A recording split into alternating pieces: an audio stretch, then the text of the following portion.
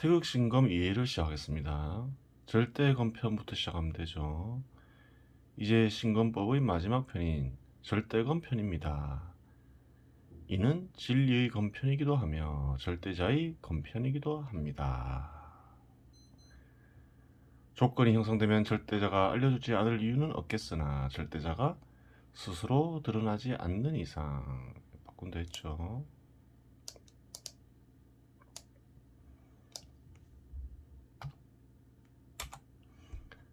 어떻게 절대자를 알 수 있겠습니까?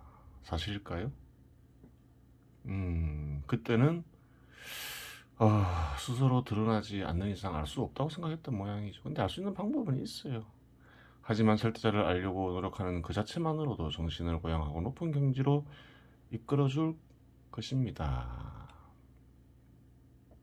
이 부분 한번 볼게요. 주석을 달아놨죠. 절대자는 누구에게나 마음에 드러나 있지만 쉽게 인식할 수 있을 정도로 선명하게 드러나 있지는 않다. 하지만 희미하게 드러나 있는 절대자를 손쉽게 인식할 수 있는 기술은 있다. 그 기술은 진리에 이르는 길에서 언급하였다. 그래요. 스스로 그러한 기술을 발견하면 깨달음이 있는 거죠. 스스로 한번 생각해보고 손쉽게 인식할 수 있는 기술을 생각해보세요. 정 안되면 진리에 이르는 길을 보면 되죠. 219에서 220페이지 사이에 나와있다고 얘기했죠. 적어놨죠. 2017년에도 절대금이 진리금이란 걸 알았죠. 많이 알았어요. 완전하게 알지 못했다 하더라도 27년에 알았어요. 절대금, 진리금은 뭔가요? 마음에서 드러나는 일종의 섭리작용이죠. 인간화된 섭리작용이죠. 근데 뭐 고대에서 보면 진리금이 다르게 쓰이기도 해요. 마음에서 드러난 절대자의 뜻을 진리금이라기도 하죠. 그래요.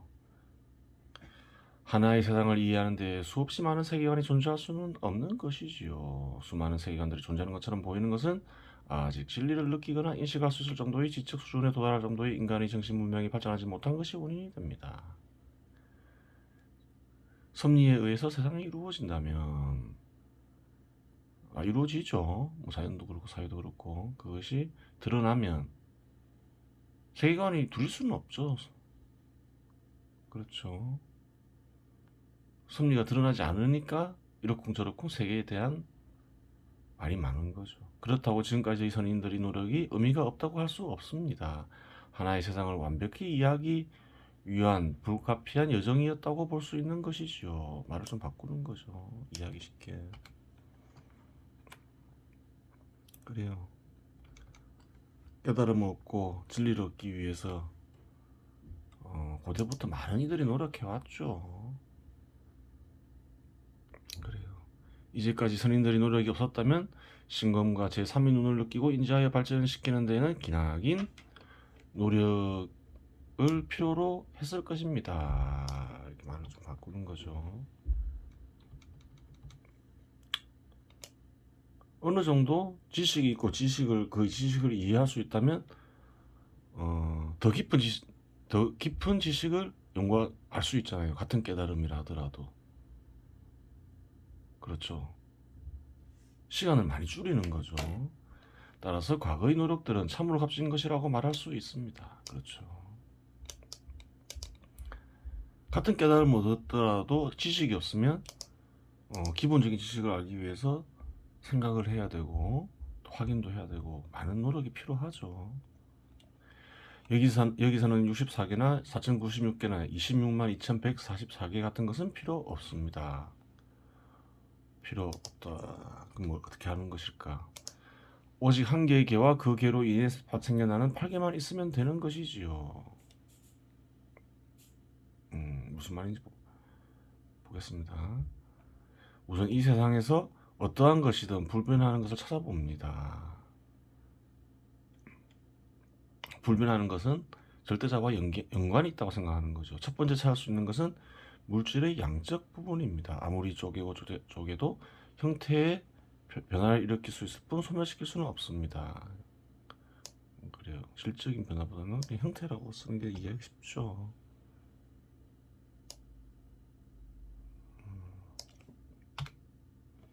따라서 양적인 부분은 불변인 것이지요. 이는 물질의 양이 절대자와 관계가 있음을 알 수 있습니다. 그렇죠. 불변의 양은 무엇의 속성이라 했죠? 전체 채소 물질 입자의 속성이라 했죠. 그래, 전체 채소 물질 입자가 절대자와 연관이 있겠죠. 불변의 양이 절대자와 연관이 있으니까. 두 번째는 창조와 파멸 작용입니다. 우리가 관찰할 수 있는 것들은 변합니다. 변합니다. 이는 상조작용과 파멸작용이 관찰할 수 있는 것들에 발생하기 때문입니다. 상조작용 플러스 보태기 익히 켜라, 파멸작용 마이너스 빼기 끊기 분리라고 규정하기로 했죠. 근데 원래 창조작용과 파멸작용은 이러한 것들이 아니라 했죠. 예를 들어서 보태지면 어떻게 되나요? 예전에 설명했죠. 수소와 산소가 결합하면 물이 생겨나죠. 대신 수소와 산소가 사라졌죠. 상조작용과 파멸작용이 동시에 보이는 거죠. 그러면 상조작용과 파멸작용은 뭘까요?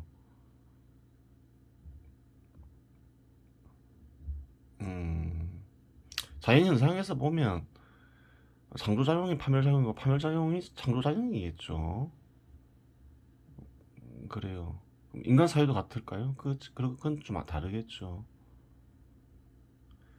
그것은 왜 다를까요? 그러면 뒤에서 살펴보기로 하죠. 말이 길어지니까. 즉 관찰 가능한 모든 것은 변화하지만 관찰할 수 있는 모든 것에 작용하는 창조작용과 파멸작용은 불변입니다. 따라서 창조작용과 파멸작용도 절대자와 깊은 관련이 있습니다. 그렇죠. 세상이 이루어질 때 이러한 작용이 보이는 거죠. 세 번째는 창조작용과 파멸작용은 항상 일어나죠. 동일한 형식에서 섭리각해서 자연법칙 보면 알죠. 세 번째는 절대자의 마음, 즉 절대적 구조 속에 배치되는 절대적 개념들입니다. 이 부분은 뒤에서 별도로 설명하겠으나 간단히 말하자면 실수가 없는 것처럼 보이는 세상에서 말을 좀 바꾸는 거죠. 질서 있게 존재가 드러나며 변화합니다. 그래요. 드러나면으로 바꾸는 게 낫겠죠. 드러나며 변합니다. 세상의 변화 속에서 포착되는 드러나는 이치가 절대자의 마음이라고 보면 됩니다.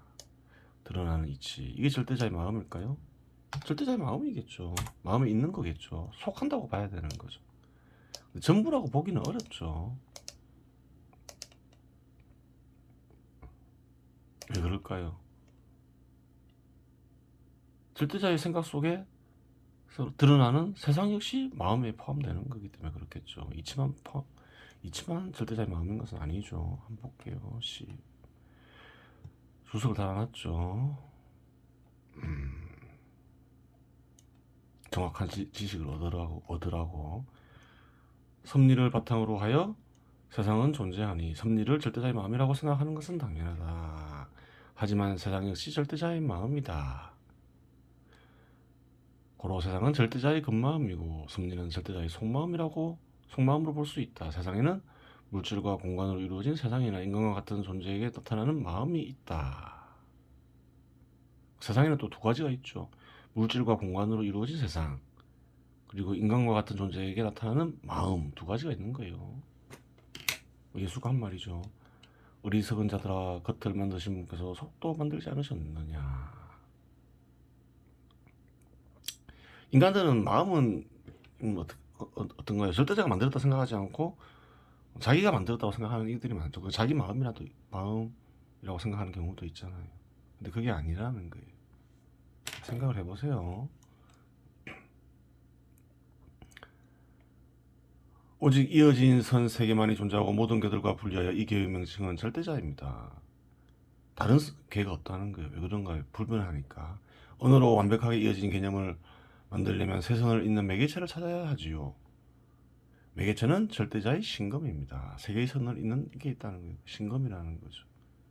절대자의 마음작용. 섭리작용이라 볼 수 있는 거죠.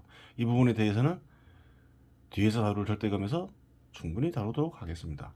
절대자의 개의 활용법에 대해서 알아보겠습니다. 태국 도형 역시 도형자를 절대자를 새긴 것이죠. 그렇죠. 예전에 한번 살펴봤죠. 태국 도형을 불러온 뒤 다시 절대자 개를 불러오면 됩니다. 그리고 불변의 몸에 불변의 마음으로 만물의 변화를 일으켜 창조와 판멸에 관여하는 존재를 마음속으로 읊어봅니다. 불변의 몸에 불변의 마음으로 만물의 변화를 일으켜 창조와 판멸에 관여하는 존재, 절대자를 규정한 거죠. 여기서의 불변의 마음은 절대적 구조 속에 배치된 절대적 개념들이죠. 절대자의 마음 전체는 아닌 거죠. 그래요. 불변의 몸도 뭔가요? 절대자의 마음이 되는 거죠. 왜? 불변의 몸은 세상을 의미하는 거잖아요. 절대자의 겉마음에 절대자의 속마음으로 만물의 변화를 일으켜 창조와 파멸을 관여하는 존재, 이렇게 하면 더 확실한 규정이 되겠죠. 더 정확한 규정이 되겠죠. 이해하기 어렵잖아요. 이렇게 하면서 생각하다 보면 더 정확한 개념에 이르겠죠. 호흡을 끝내기 전 절대자 개만을 떠올리며 태극 심호흡법을 몇 번 펼치는 것도 괜찮습니다. 그래요. 절대건편 2단계 볼게요. 절대자계를 드러내요. 절대자계를 활용하는 것이 절대검 1단계입니다. 절대자의 기회가 드러나니 새로운 팔계가 드러나게 됩니다. 변화하는 만물, 이것이 세계의 선이 모두 끊어진 개입니다. 이걸 얘기하는 거죠. 세 선이 모두 끊어진 개의 명칭은 만물입니다. 절대자 개와 만물의 개가 드러나니 팔개를 구성하는 다른 개들 역시 드러납니다. 새로운 팔개를 드러나게 하고 활용법을 고쳐하는 것이 절대건편 2단계입니다. 팔개 형태는 선천팔개와 같습니다. 예전에 얘기했죠. 선천팔개는 형식이다. 특별히 내용이 없다. 다른 내용을 넣을 수 있다. 첫 번째 개는 절대자 개입니다. 두 번째 개는 물질 개입니다. 세 번째 개는 환경 개입니다. 네 번째 개는 시공 개입니다. 다섯 번째 개는 만물 개입니다. 여섯 번째 개는 인간 개입니다. 일곱 번째 개는 사회 개입니다. 여덟 번째 개는 역사 개입니다. 이렇게 적어놨죠. 일체를 얘기하는 거죠. 다 밝히면 일체지가 되는 거죠. 완전하게 밝히지 못하더라도 일체지가 되는 거죠. 이 개는 가장 중요한 개이며 다른 개들을 분석할 때 기준이 되는 개이므로 따로 분리하여 천지선전팔계로 규정짓도록 하겠습니다. 엄밀하게 얘기하면 일체지가 희미하게 드러난 거죠. 마음을 분석하며 선천팔계에서 시작한 것이 후천팔계를 드러나게 하며 64개가 되었다가 확장 과정을 통해 무수한 개들이 되었다가 절대자에 이르니 다시 선천팔계가 되었음을 알 수 있습니다. 무수해졌지만 결국은 나중에 돌아와 보니 그냥 8개만 남더라. 그 얘기를 하고 있는 거죠. 신건편에서 1677만 7260개로 될 수 있음을 확인했습니다.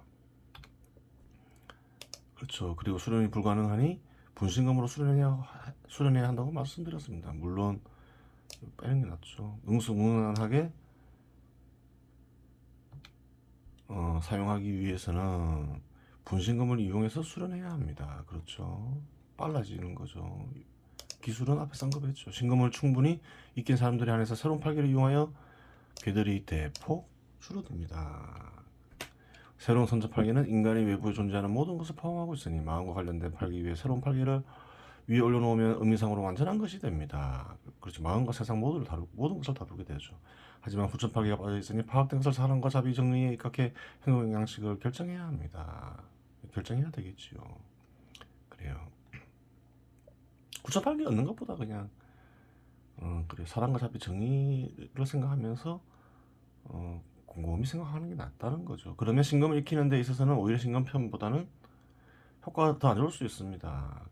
그렇죠. 마음작용을 강화시키는 데는 좀 떨어지겠죠. 신금편까지는 신금을 익히는 데 더 큰 무게를 두었다면 절대감편은 의미도 같이 하고자 하니 발생하는 현상입니다. 그렇겠죠. 새로 드러난 팔기를 통해 절대자를 살펴보겠습니다. 천지를 창조하고 세상의 창조와 파멸을 관여하는 절대자는 나아가 물질, 환경, 시공, 만물, 인간, 사회의 역사를 창조와 파멸을 통해 주재하는 존재가 되었습니다. 거기에다 인간 개개의 운명을 주재하는 분이기도 하지요. 절대자를 아홉으로 나누어서 파악할 수 있다는 것, 여기에 일체지와 절대감을 얻을 수 있는 원리가 숨어 있는 것이지요. 그래요. 일체지와 절대감은 너무 꿈같은 얘기이고 신거법 열심히 수련하면 참된지를 드러나게 할 수 있고, 그렇죠. 자기 몸에 맞는 무공을 상할 수 있게 되니 그것만으로도 즐거운 인생을 사는데 충분한 것이라고 하겠습니다. 이 글을 쓴 이는 일체지와 절대감을 취미로 연구했지 뭐 전문적으로 연구한 건 아니죠. 재미나니까. 그래요.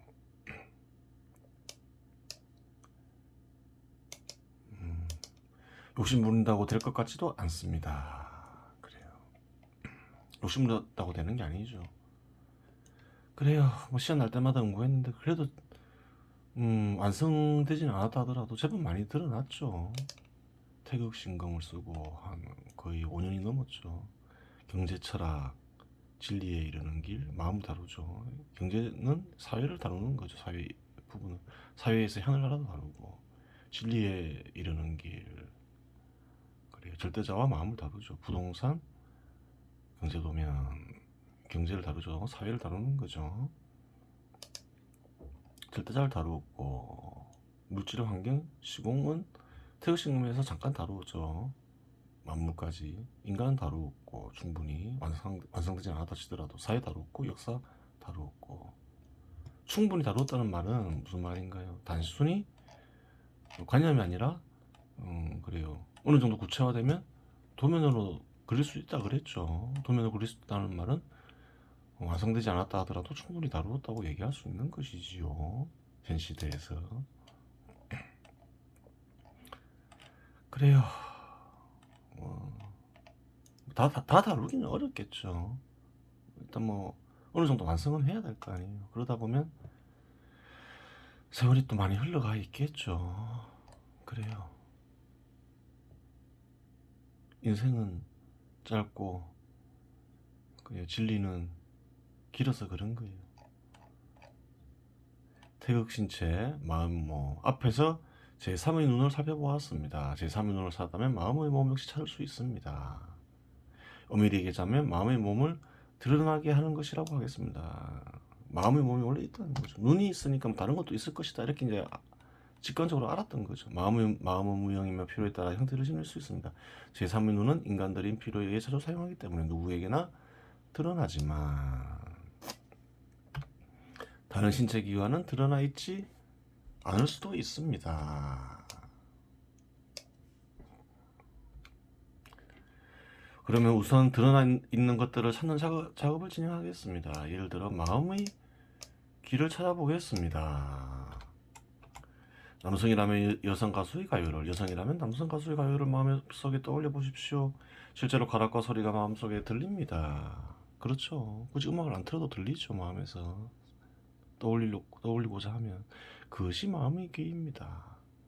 꿈속에서도 소리가 들리죠. 실제로 듣는 이는 듣는 길은 어디에 있다는 거예요? 육체에 있는 게 아니죠. 인식하는 모든 대상은 마음에 나타나야 되는 거예요. 그게 보는 것이든 듣는 것이든. 기가 마음에 있다는 거예요. 하지만 이는 기초적인 부분이고 세상에서 뜻을 찾아 개념화하고 언어로 구체화하는 것이 고차원적으로 마음의 길을 강화시키는 수련이라고 하겠습니다. 마음의 입도 찾아보겠습니다. 실제 입으로 노래를 부르지 않더라도 마음속으로 부를 수가 있죠. 그리고 그 소리를 마음의 귀로 들을 수 있지요. 그렇죠. 육체의 귀가 듣는 게 아니라는 거죠. 마음이 있는 귀가 듣는다는 거죠. 마음의 코 역시 찾기는 어렵지 않습니다. 음식물 쓰레기나 배설물을 보면 실제로 냄새를 맡지 않더라도 마음에서 냄새를 맡고 구육진이 날 수 있습니다. 그러나 이는 낮은 수준인 것이고 싫어하는 관념이나 좋아하는 관념을 떠올려 보십시오. 거기서도 구육질이나 향기로움을 느낄 수 있으면 마음의 코가 상당히 발달해 있다고 말할 수 있습니다. 그래요. 육체의 코에 의지하지 않더라도 또 다른 어떤 것에 대해서 냄새를 맡을 수 있다는 거죠. 따라서 마음의 몸은 누구에게나 완전한 형태가 아닐지라도 존재합니다. 인간적이라면 누구나 위에 언급한 행위가 마음속에서 가능한 점에서 마음의 몸 형성은 선천적인 것입니다. 그래요. 인식하는 존재는 육체에 있는 게 아니라 마음에 있다.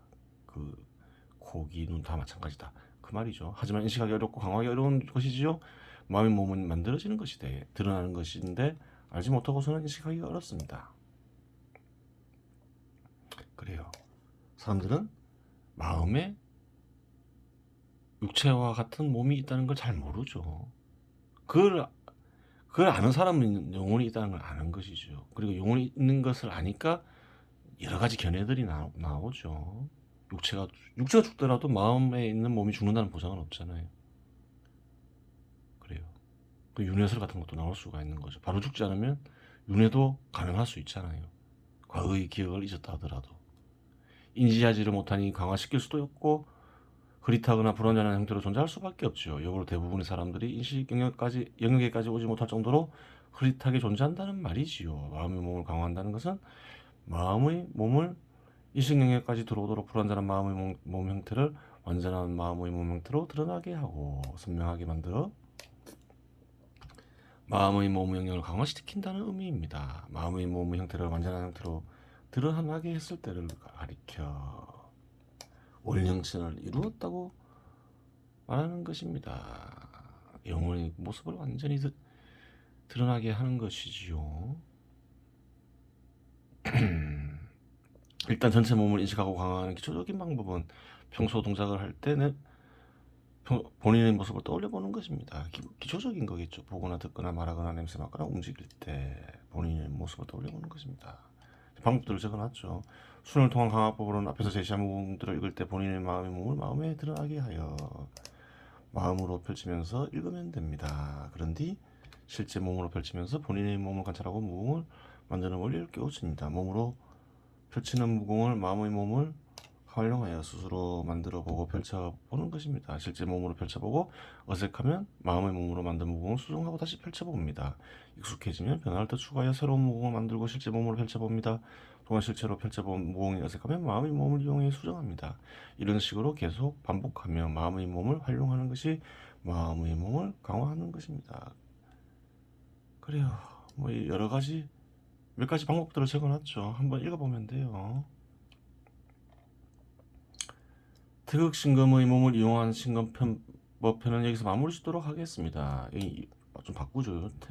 태극신검 그 이론편이라고 하는데 그걸 바꾸는 거죠. 태극신검의 몸을 이용한 신검법편이라고 하죠. 왜? 뒤에서 다루는 것도 이론이기 때문에 그렇죠. 근데 뒤에서 다루는 거는 몸을 이용한 신검법을 주로 다루지는 않죠. 절대검편은 유령상의 신검법입니다. 절대검편 그래요. 알면 무엇하고 모르면 어떻겠으며 이루지 못하더라도 아쉬워할 이유는 없다고 하겠습니다. 절대검은 마음이 그 상태가 된다고 해서 얻을 수 있는 것이 아니지요. 오직 절대자의 뜻이 있어야 하는 것. 위대하사 천지를 창조하신 저와 늘 함께하는 아버지요. 위대하신 아버지의 힘을 보고 싶습니다. 아버지가 사랑하고 존경합니다. 바꾼다고 그랬죠. 세상을 이루어지게 하는 저와 늘 함께하는 이여. 위대한 그대의 힘을 보고 싶습니다. 사랑하고 존경합니다. 절대감을 되게 얻고 싶어 했죠.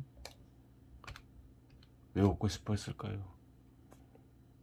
아마 그 당시에 그때 얘기했죠. 태극기 집회와 촛불 집회가 충돌하는 것을 보면서 시작한 거라고. 뭔가 큰 혼란이 올 것이다. 그때도 좀 직관을 했죠. 세상에 큰 혼란이 올 것이다. 뭐 직관한 것으로 볼 수가 있겠죠. 그래서 좀 얻고 싶어 했던 것 같아요. 그랬어요. 그래서 절대자의 뜻을 좀 좀 드러나게 하고 싶다. 뭐 이런 생각을 했던 것으로 볼 수 있겠지요. 그러면 세상에 혼란이 오더라도 그래요. 평정되지 않을까 그런 생각했음을 알 수 있어요. 이번 시간은 여기서 마치겠습니다.